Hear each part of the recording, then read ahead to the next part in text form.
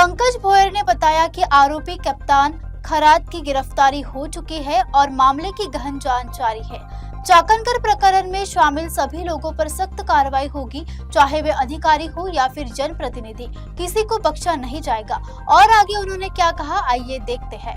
गृह विभागाला जी काही माहिती मिळाली त्या अनुषंगाने त्यांना अटक देखील करण्यात आलेली आहे। आता नवीन माहिती त्या अनुषंगाने पुढे येते आहे, याची सखोल चौकशी करून त्या संदर्भाने अंतिम कारवाई त्या ठिकाणी करण्यात येईल। एकंदरीतच त्यांच्या राजीनाम्याची मागणी म्हणजे तो राजकीय विषय ठरतो, परंतु ह्या प्रकरणामध्ये जे कोणी गुंतलेले असतील तर निश्चितपणे त्यांच्यावर कारवाई होईल। आता जस्ट चौकशीला त्या ठिकाणी सुरुवात झाली आहे, अजून जी काही माहिती मिळेल त्या अनुषंगाने पुढील कारवाई त्या ठिकाणी होईल। तेच कारण याच्यामध्ये बरीचशी मंडळी असल्याचं त्या ठिकाणी सांगण्यात येत आहेत। जोपर्यंत सखोल चौकशी त्या ठिकाणी होणार नाही, पूर्ण घटनाक्रम आपल्याला त्या ठिकाणी माहिती पडणार नाही, त्यामुळे सखोल चौकशी झाल्यानंतर अंतिम सत्य त्या ठिकाणी बाहेर येईल। नाही, अजूनपर्यंत ही माहिती आमच्यापर्यंत आली नाही आहे, परंतु ह्या जर का अशा काही बाबी घडल्या असेल तर त्या सर्व बाबींची देखील याच्यामध्ये चौकशी होईल आणि संबंधित व्यक्ती, संबंधित दोषी यांनी केलेले प्रकरण याच्यावरती सर्व प्रकरणांवरती कारवाई।